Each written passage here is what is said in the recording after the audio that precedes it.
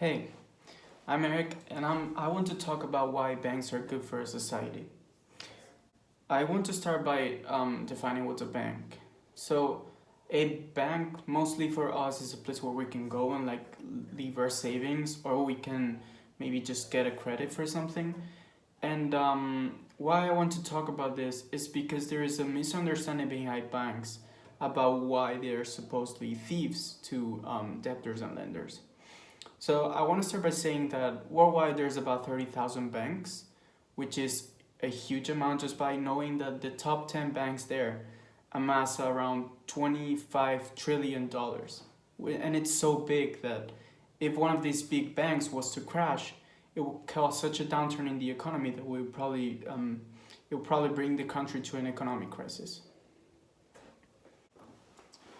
So let's start by saying what a bank does. What a bank does, it's pretty simple. What a bank does is that people deposit their money in a bank in exchange of having it saved and having it return a value with a given interest every year.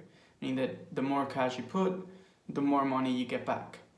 What the bank does with this money that it has accumulated is lend it to other people so that these people can do it for their own purposes. Say that, for example, you want to raise a business where you go for a bank and you will get a credit for this, and the bank would tax you a given interest rate.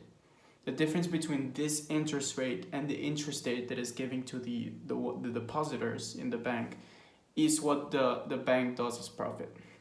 So bank management deals with risk management. So say that you're a bank and someone comes to you with no job and no savings whatsoever and wants to get money to, buy a house.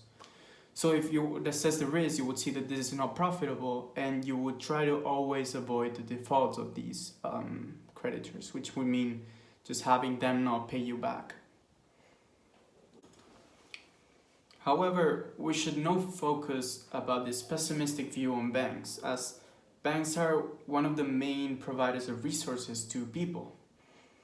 If someone wants to, for example, as we said before, open a restaurant, there are many ways to amass money for it. They could personally use their own savings, or they could some more recent options with the 21st century, like for example crowdfunding. However, this usually doesn't amass that many amounts of money.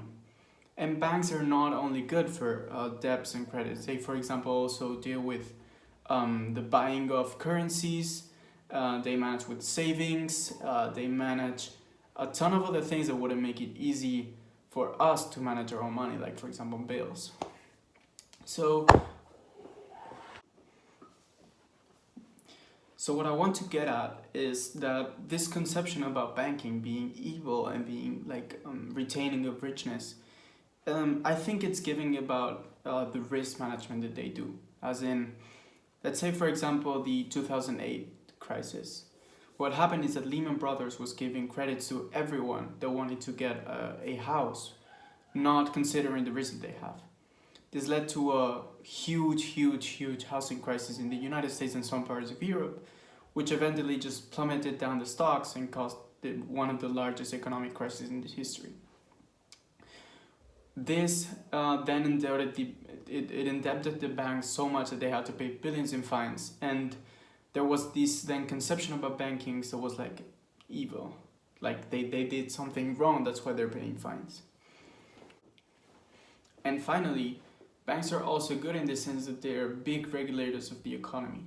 Say that, for example, as we've studied, the central bank decides to higher the interest rates given on loans.